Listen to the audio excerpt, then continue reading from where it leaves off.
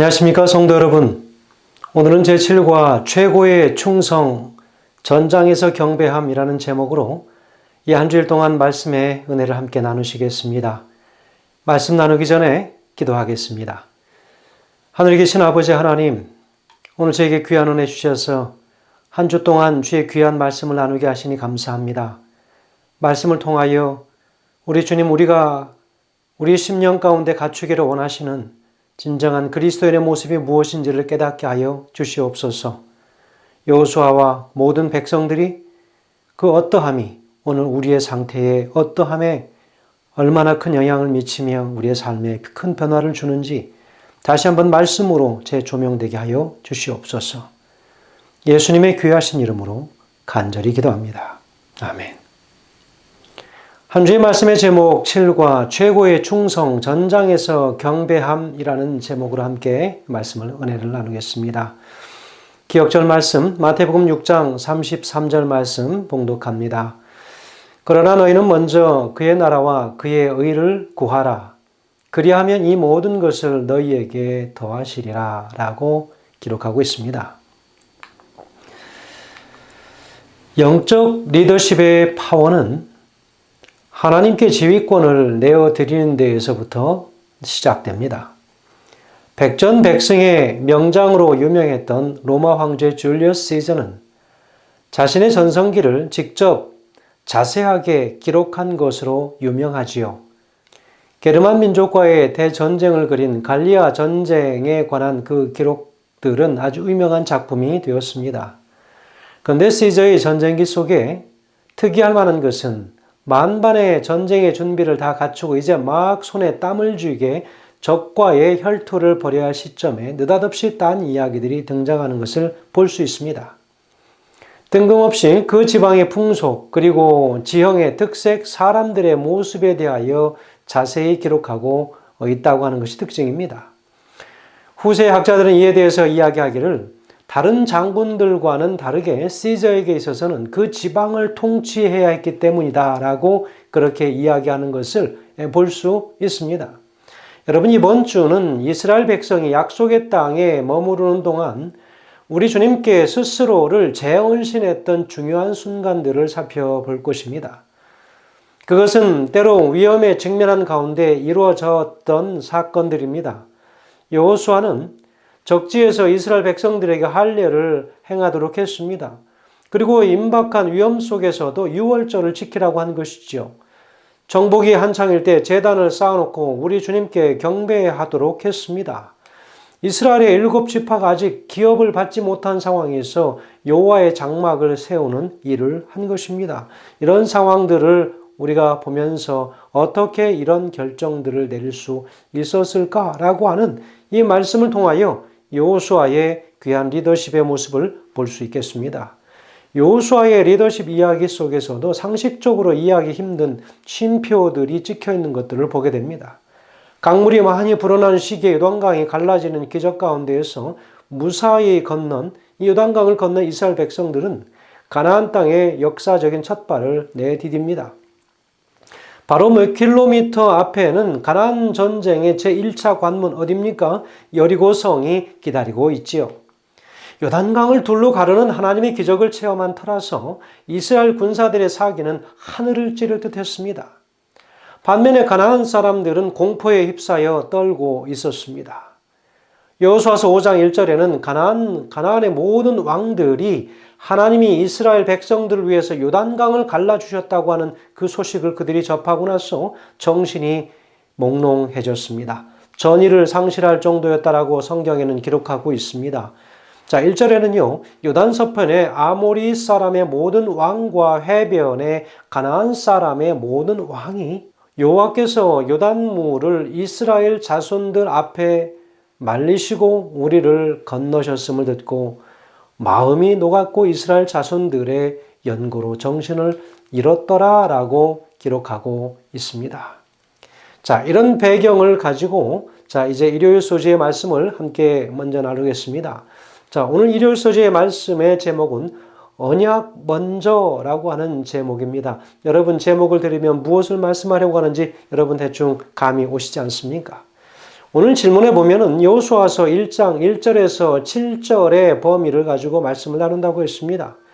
그래서 이 정복이 임박한 이 시점에 우리 주님께서 여호수아에게 출애굽 두 번째 세대의 이스라엘 백성에게 할례를 행하라고 명하신 바로 그 이유가 무엇인가 하는 것입니다. 여러분, 아군의 사기는 충천했다고 그랬습니다. 최상이었고 적군의 사기는 최악이었습니다. 군사작전은 타이밍이 생명인 만큼 이스라엘은 곧바로 이 절호의 찬스를 놓치지 말고 정말 노도처럼 성난 파도처럼 진격해 들어가야 할 순간이었습니다. 그런데 여러분, 여기에서 하나님은 모든 군사들의 행동을 일제히 멈추도록 여호수아에게 명령합니다. 그리고 모든 남자들로 하여금 할례를 받도록 했습니다. 할례를 받으면 여러분 그 고통 때문에 움직이지를 못합니다. 며칠 후에 회복된 뒤에는 유월절 절기를 지키라고 하는 명령을 내립니다. 그리고 하나님께서는 총사령관 여호수아를 불러서 독대하십니다. 이스라엘이 요단강을 건넌 것은 정월 10일이었습니다. 그런데 하나님의 명령하신 사건들이 일어난 데는 그 후로 최소한 열흘은 걸렸습니다. 1분 1초가 급박한 군사작전에서 이해할 수 없는 브레이크를 거신 것입니다. 그것은 바로 전쟁 준비가 아닌 전쟁과는 전혀 상관없는 명령을 내렸습니다. 여러분, 그렇다면 여기에서 우리는 한 가지 교훈을 캐치해야 할 것입니다. 무엇일까요? 앞서 이제 펼쳐질 그 전쟁들은, 특별히 여리고성의 점령은 혈과 육의 싸움이 아닌 하나님께서 원하시는 방법대로 바로 이것은 영적으로 해결해야 하는 전쟁이었음을 오늘 우리에게 가르쳐 주고 있는 것이죠. 자, 우리는 여기에서 하나님의 생각은 우리의 생각과는 도무지 다르다고 하는 사실을 다시 한번 확인하게 됩니다. 앞장에서 우리는 요단강을 건너는 그 긴박한 상황 가운데에서 12명의 대표를 선출해서 강 한가운데에서 12개의 돌을 가져와서 길갈에 쌓아놓게 하신 일을 통해서 우리의 생각으로는 미칠 수 없는 하나님을 발견하게 되지 않습니까? 하나님은 단순히 싸움에서 이기고 지는 것 이상의 생각을 가지고 계셨던 그런 분이셨습니다. 그분은 당장 오늘의 위급한 상황을 돌파하는 것보다 더 중요한 무엇인가가 있다고 하는 거예요. 오늘 우리 눈에 현세적인 그 어려움을 돌파하기 위해서 인간적인 방법들을 동원하고 인간적인 생각으로 하기보다는 하나님께서 원하시는 것이 있다라고 하는 것입니다. 당장 코앞에 다가온 시험을 패스하고 사업에 성공하는 것보다 더 중요한 무엇인가가 우리에게 필요하다고 하는 것을 말씀하고 있다는 것이지요. 하나님은 우리의 인격과 생각과 마음이 진정한 승리자의 것으로 다듬어지기를 원하십니다. 승리를 위해서는 우리 스스로의 영혼을 가다듬는 준비가 필요했던 것이지요. 교회증언 1권 92페이지에는 이렇게 기록합니다. 이제는 오로지 그대의 끈질긴 노력과 연합된 하나님의 은혜에 의해서만이 자신의 의지를 극복하는 승리자가 될 수 있다. 그리스도의 공로를 통해 그대는 영혼의 상처를 입히고 보기 흉하게 만들며 잘못된 품성을 개발시키는 것과 분리될 수 있다. 그대는 잘못과 함께 옛사람을 벗어버리고 새 사람 예수 그리스도를 취해야 한다. 그분의 생애를 그대의 안내자로 삼을 때 그대의 재능과 지력은 하나님의 사업에 바치게 될 것이다 라고 기록하고 있습니다. 영적인 숨고르기가 필요하셨습니다. 약속의 땅 가나안에 마침내 발을 디딘 이스라엘 백성에게 하나님이 내리신 첫 번째 명령은 할례를 받으라는 것이었습니다. 사실 할례 의식은 다른 나라에게서도 시행되었습니다. 그러나 다른 나라 사람들에게는 성인 의식이나 위생상의 이유로 초점이 맞춰져 있지만 이스라엘 백성들에게 있어서의 할례는 하나님과의 언약의 상징이라고 하는 특별한 의미를 지니고 있다는 것이지요. 여러분, 그 기원을 따지자면 이스라엘 민족의 시조라고 불리운 아브라함에게로 거슬러 올라갈 수 있습니다. 늙도록 자식이 없었던 아브라함, 그러나 항상 하나님을 사랑하고 순종했던 그에게 하나님은 그의 자손이 하늘의 별처럼 많아질 것이라고 약속하셨습니다. 그러나 그 약속의 증표로 태어나는 모든 이스라엘 남자 아이들이 출생한 지 8일 만에 다 할례를 받게 하셨습니다. 하나님의 특별한 축복이 흘러내려오는 민족이라고 하는 상징이었습니다. 그런데 난지 8일째 되는 이스라엘 남자들은 당연히 받게 되어 있는 할례를 새삼스럽게 요단강을 건너서 새 보금자리가 될 가나안 땅으로 건너오자마자 그것을 시행하라고 하는 그 이유가 무엇인가 하는 것입니다. 그것도 가나안 정복 전쟁의 첫 관문이 될 여리고와의 전투 작전의 말입니다.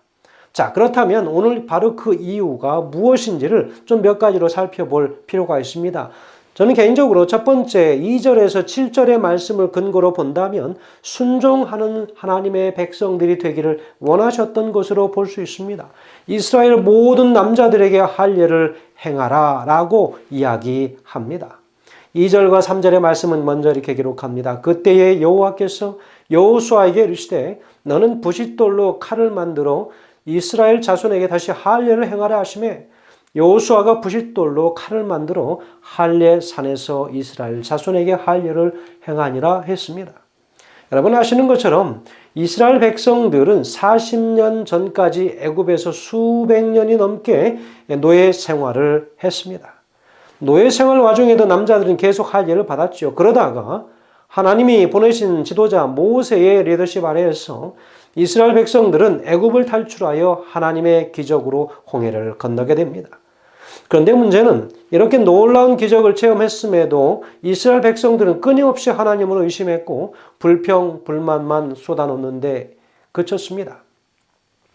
애굽을 탈출한 이스라엘 백성들은 원래 홍해를 건너 40일이면 광야길을 횡단해서 가나안에 들어갈 수 있었습니다. 그런데 가나안 땅을 정탐하고 돌아온 이 정탐꾼들의 그 이야기는 가나안 사람들이 살고 있는 바로 그들은 바로 기골이 장대한 아주 거대한 사람들이고 강력한 사람들이었다라고 이야기합니다.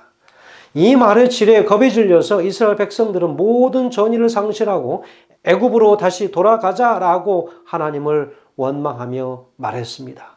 그들은 왜 자기들을 애굽에서 이끌어 나왔느냐고, 왜 노예 생활에서 해방시켰느냐고 모세를 향하여 불평합니다. 그야말로 물에 빠진 사람 건져줬더니 보따리 내놓으라고 하는 격이 된 것입니다. 심지어 하나님의 지도자 모세를 죽이려고까지 했습니다. 그토록 큰 은혜를 그들에게 부어주신 하나님에 대한 무서운 반역 아니었습니까? 이러한 배은망덕에 화가 나신 하나님은 이스라엘 백성들에게 벌을 내리십니다. 40일이면 통과할 수 있는 광야를 40년 가까이 방황하게 할 것이고 광야 생활 가운데서 여호수아와 갈렙 외에는 20세가 넘는 남자들은 모두 다 죽일 것이다. 그 후에 태어난 세대들만이 축복의 땅인 가나안으로 들어갈 수 있게 하셨습니다. 그 무서운 벌과 함께 하나님께서는 이스라엘 남자가 아기에게 행해졌던 할례 의식도 금지되었습니다. 할례는 하나님의 축복을 받은 특별한 백성들의 상징이었지만 그 축복은 오직 하나님을 사랑하고 하나님의 리더십에 순종할 때만 유효한 것이었습니다. 그래서 할례의 순종은 바로 하나님을 향한 순종의 사람이 되기 위한 첫 단계였던 것이죠. 이스라엘이 하나님을 불순종하는 동안에 할례는 중단할 수밖에 없었습니다. 결국 그렇게 이스라엘 백성들은 광야의 모진방랑의 생활을 40년이나 해야 했고 그동안에 출애굽 1세대들은 다 광야에서 죽고 그리고 2세대들이 가나안으로 들어오게 된 것입니다. 로마서 2장 29절에는 이야기하기를 오직 이면적 유대인이며 할례는 마음에 할신이 신령에 있고 의문에 있었지 아니한 것이라 그 칭찬이 사람에게서가 아니요 다만 하나님에게서니라 그랬습니다. 여러분 할례를 어디 하라고요? 마음에 하라고 했습니다. 심령에 하라고 했습니다. 예레미야서 4장 4절에도 보면 유다인과 예루살렘 거민들아 너희는 스스로 할례를 행하라 그랬습니다. 너희 마음 가죽을 베고 나 여호와께 속하라. 그렇지 아니하면 너희 행악을 인하여 나의 분깃이 불같이 발하여 사르리니 그것을 끌 자가 없겠다 그랬습니다. 여러분 할례는 무엇이라고요? 마음의 가죽을 베는 것이다. 그렇게 함으로 우리가 온전히 여호와 하나님께 속한 존재가 되는 것이라고 이야기하고 있습니다. 오늘 우리에게 불순종의 살을 베어내는 할례가 필요한 것입니다. 여러분 그러므로 진정한 영의 할례, 마음 가운데 진정한 할례가 있게 되므로 순종의 삶을 살게 되므로 저 하늘 가나안에 함께 들어가게 되는 우리 모두가 되길 간절히 소원합니다. 자, 두 번째, 왜 이러한 의식들을 행하라고 하셨는가? 바로 그것은 축복을 담을 만한 그릇이 되도록 한 것입니다. 8절과 9절의 말씀에는 옛 불순종의 수치를 해결해 주시겠다라고 했습니다. 그러므로 인하여 모든 수치가 마음에서 제거되어지면 하나님의 쓸만한 그릇으로 사용하시겠다고 하는 것입니다. 8절과 9절입니다. 또 모든 백성에게 할례 행하기를 마침에 백성이 진중 각 처소에 머물며 낫기를 기다릴 때에 여호와께서 여호수아에게 이르시되 내가 오늘 애굽의 수치를 너희에게서 떠나가게 하였다 하셨으므로 그곳 이름을 오늘날까지 길갈이라 하느니라 라고 기록하고 있습니다. 이제 요단강을 건너므로 이스라엘 백성의 광야 생활은 끝이 났습니다. 그들은 불순종과 반란에 대한 하나님의 징계도 마무리되었습니다. 하나님은 길갈에서 할례를 행하라고 명령하셨습니다. 자, 그러면서 애굽의 수치를 굴러가게 하겠다라고 9절에서 말씀하지 않았습니까? 여러분, 길갈이라고 하는 지명을 주셨는데 이 지명의 뜻이 무엇입니까? 굴러간다라고 하는 뜻입니다. 길갈이라고 하는 뜻은 굴러간다는 것입니다. 애굽의 노예 생활에서 탈출한 지는 40년 전 일인데 이제야 애굽의 수치를 벗어나다니 여러분 이게 무슨 말일까요? 여러분 이 종의 문서를 불태우고 노예 신분에서 해방시켜줘도 그들이 한 사람의 책임 있는 자유인으로 바로 서기까지는 한참의 시간이 걸리는 것입니다. 나쁜 짓도 익숙해지면 그것을 끊어버리기가 쉽지 않은 법입니다. 그래서 하나님은 이스라엘 백성들로 하여금 40년간의 광야 생활을 하게 하셨습니다. 수백 년간의 노예 생활로 인해서 노예 근성이 몸에 밴 이스라엘 백성들로 하여금 광야 생활을 하는 40년 동안 그 나쁜 옛 습성의 때를 완전히 벗어버리게 한 것입니다. 그러면서 애굽에서의 노예 근성은 이방신들을 숭배하고 좌절감과 패배감에 젖어 살게 했고 서로를 원망하고 남에게 늘 의존하고 비겁하고 아무 꿈도 없는 하루 일하고 하루 먹고 사는 그런 습성에 젖어 있었던 것입니다. 거기에 꿈이나 기쁨이나 사랑과 믿음, 화목, 이 생명, 바로 이런 것들은 하나님의 것이라면 그들이 가져야 할 풍성한 삶의 열매는 그들에게 전혀 없었습니다. 하나님과의 관계가 하나님께 불순종함으로 깨어져 버렸기 때문입니다. 그래서 그들은 모래 바람이 가득한 광야에서 뼈를 깎는 연단을 겪어야만 했습니다. 하나님은 축복을 주시기 전에 먼저 그 축복을 감당할 만한 그릇으로 우리를 빚으실 것입니다. 그래서 길갈이라고 하는 곳에 이름의 그 지명을 허락하시면서 바로 모든 그동안의 수치가 이제는 다 떠나가고 굴러갔음을 지나갔음을 이야기합니다. 여러분 그럼 세 번째는 우리가 무엇을 생각할 수 있을까요? 왜 그러한 이상한 쉼표들을 찍게 하셨는가? 바로 그것은 우리의 믿음을 테스트하도록 한 것이었는데 우리는 그 믿음의 테스트를 통과하라고 하는 것입니다. 여리고성을 코앞에 둔 거리에서 이스라엘 남자들은 할례를 받게 되었고 하나님은 그 엄청난 믿음을 그들의 믿음을 테스트하였습니다. 여러분 의학적으로 남자들이 할례를 받고 정상적인 몸 컨디션으로 회복되기 위해서는 며칠의 시간이 걸립니다. 이것은 곧 눈을 시퍼렇게 뜨고 있는 적군 앞에서 완전히 무장해제하는 것입니다. 상식적으로 보면 자살 행위나 다름없는 아주 무모한 행위였죠. 가나안의 군사들은 하나같이 거구였고 당시 고대 중동에서 가장 무서운 정예병들이었습니다. 숫자적으로도 압도적이었습니다. 객관적으로 전력은 아주 게임이 안 될 정도였습니다. 하지만 처음부터 전쟁은 여호와의 손에 있었던 것이라고 하는 것을 말씀을 통해서 볼 수 있습니다. 바로 그 전쟁은 이스라엘의 손에 있는 것이 아니었죠. 하나님이 이스라엘 백성과 함께 하셨기 때문에 가나안 군대는 생전 처음으로 공포에 사로잡혀 이스라엘을 두려워할 수밖에 없었던 것이죠. 하나님께서 하셨습니다. 초자연적인 승리와 기적이 하나님을 모르는 사람들의 눈에도 확연히 드러났기 때문입니다. 여호수아서 5장 1절에서 가나안의 모든 왕들이 다 마음이 녹았다라고 하지 않았습니까? 그래서 이스라엘 백성들을 두려워한 바로 그 이유, 바로 그것은 하나님이 이스라엘을 위하여 요단강을 갈라주셨기 때문인 것이죠. 홍해의 악몽도 그들이 꾸고 싶지 않은데 바로 요단강이 또 갈라진 것입니다. 그들은 바로 이스라엘이 강하다고 하는 사실을 두려워한 것이 아니라 하나님이 이스라엘과 함께 하신다고 하는 사실이 그들은 두려웠던 것입니다. 여러분, 우리는 때로는 착각할 수 있습니다. 우리가 무엇인가 대단하고 내가 강한 것처럼, 내가 많이 하는 것처럼 알지만 왜 그렇게 사람들이 인정하는 것일까? 바로 그것은 하나님께서 함께 하시기 때문이라고 하는 사실입니다. 여러분, 이 말을 거꾸로 해석하면 우리의 강함은 하나님과 함께 있음으로써만 가능하다고 하는 것입니다. 하나님이 함께 하시지 않는 이스라엘이 아무것도 아닌 것처럼 하나님이 함께 하시지 않는 인간 역사는 그것 또한 아무것도 아닙니다. 우리는 교만을 버려야 할 것입니다. 부조와 선지자 290페이지는 이야기합니다. 그들의 믿음을 시험하고 당신께 대한 그들의 신뢰심을 강하게 하시기 위하여 이 방법을 선택하셨다고 그랬습니다. 무엇 때문에요?